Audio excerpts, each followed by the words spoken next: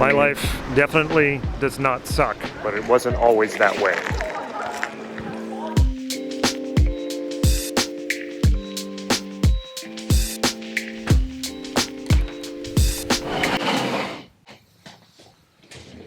You have a problem. You want something you don't have, and you believe if you could get it, your life won't suck. You're half right, and you're 100% wrong. You're right that if you could access what you want, your life wouldn't suck, but you won't find it where you're looking. I'm going to be teaching here in a few short hours. Let's get the gritty stuff out of the way first. What sucks about your life? Write it down. About 10 years ago, my life really sucked. And here's why. My first business was failing massively. I was working 60 plus hours a week doing work I hated. My marriage was a miserable failure. I was overweight and I was broke. But I turned it all around and now live a fulfilling life where I get to travel as much as I want, doing all of the things I used to only dream about doing. So how did I do it? And how can you do what I did? First, you need to change how you think about your life. You clicked on this video because you think your life sucks, which means that's where your attention is stuck. It's hard to enjoy what's good about your life if you're focused on what's not. You're aware of what you don't want, so what do you want instead? And don't just say you want a life that doesn't suck, because then you're still focused on what sucks. Next to your list of things that suck in your life, one by one, go down the list, writing what you want instead next to those. The key here is to focus on what you have control over.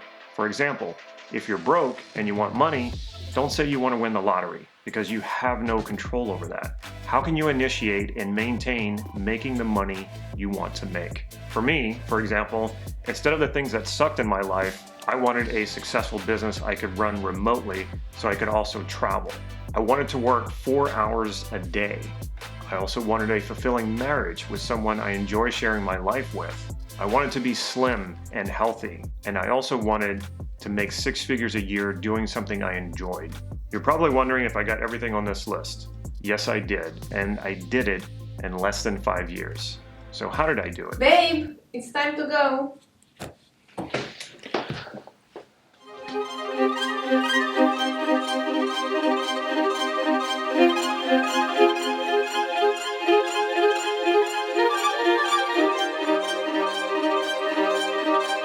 The answer is transformation. What does that mean exactly? Do you need to change who you are? Do you need to prove yourself worthy somehow? None of those things, because you already have everything you need. Transformation is becoming the person who has the life you want, but not because you're not that person yet. The reason I call it transformation is because you're taking what's already there inside you and developing it. You don't need to become a new you or a different person. All you need to do is become the you already are without limitation, which is the true you. Think about it like this. In the pursuit of accomplishing goals, acquiring money or material possessions, or even a solution to a problem, what you want is just a projection of value. You're presupposing that when you get what you want, it will create an experience for you that you value. This is what's motivating you to want what you want. All you have to do is elicit the values you're projecting onto everything that you want, and realize that if you're able to project those values, the value can only be coming from one place: you. When you embody your values as solid qualities of who you are, instead of chasing them, you transform, and your life will definitely not suck. When you commit now to your transformation, to discovering what a great life would be like for you, and you commit to creating that life, just think, in as short as 5 years, that you could be living it. If you don't commit, 5 years will still pass anyway, and your life will probably still suck. Which do you prefer?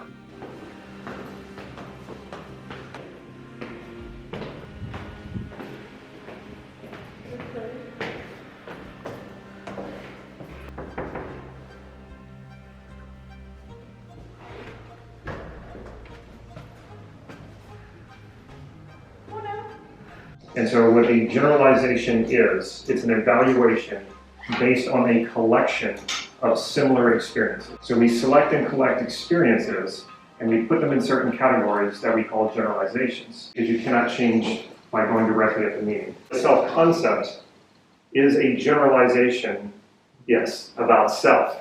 Of all of your generalizations, nothing is more powerful and bigger than your self-concept. All of your generalizations you make about the world are all going to be based on the self-concept. So if you want to change someone's beliefs about the world around them, about what opportunities they have, how good or how bad the world is, it's all going to be based here.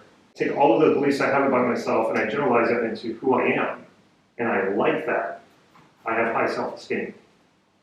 But if I pull that all together and I generalize my self-concept and I go, ooh, I don't like that, I have low self-esteem. We don't want to be walking through our lives having our self-esteem go up and down based on where we go and who we're with. We want it to be stable. We want it to be grounded. And when we're here, then we can do anything. Then we can find solutions to anything. Your self-concept is the only belief, the only generalization you make that transcends both space and time. Well, what happens when you make a change in the self-concept? It will generalize through time and through space. And this is what makes it so incredibly powerful. You believe you should be manifesting something that you're not, something that you value, like happiness, and you're not, you're going to feel worse about yourself. I work with CEOs a lot of times, and it's amazing. Like these CEOs who make $1 million a year or more, they drive the nicest cars, they have these really nice homes, and if I ask them, are you successful, they will say no.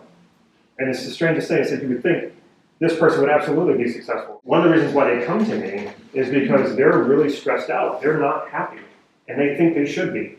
And their self-esteem is in the dumps because of it. And they don't believe that they deserve what they have.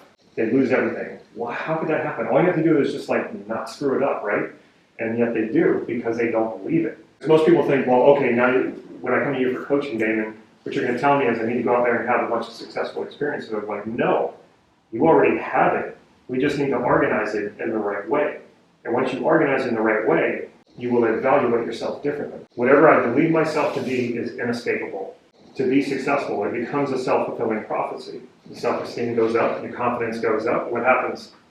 You do more successful things. And then as you select and collect more of those successful things, you keep putting it in, your confidence keeps going up. If the more you value a quality and then you transform into it, the higher your self-esteem is going to go up. So right away I knew this is where a lot of the suffering in my life was still coming from, because I was not manifesting these values as qualities of who I am. They were things that I was chasing. Suddenly, I felt more purpose, more meaning, more fulfillment I'd ever experienced in my life. The fulfillment just continues to go deeper and deeper and deeper. And my life has become so much more reflective as it goes on of those values and of the vision that I have of my life based on those values. If you want to know how to transform and how to commit to your transformation, you'll definitely want to check out this next video right here.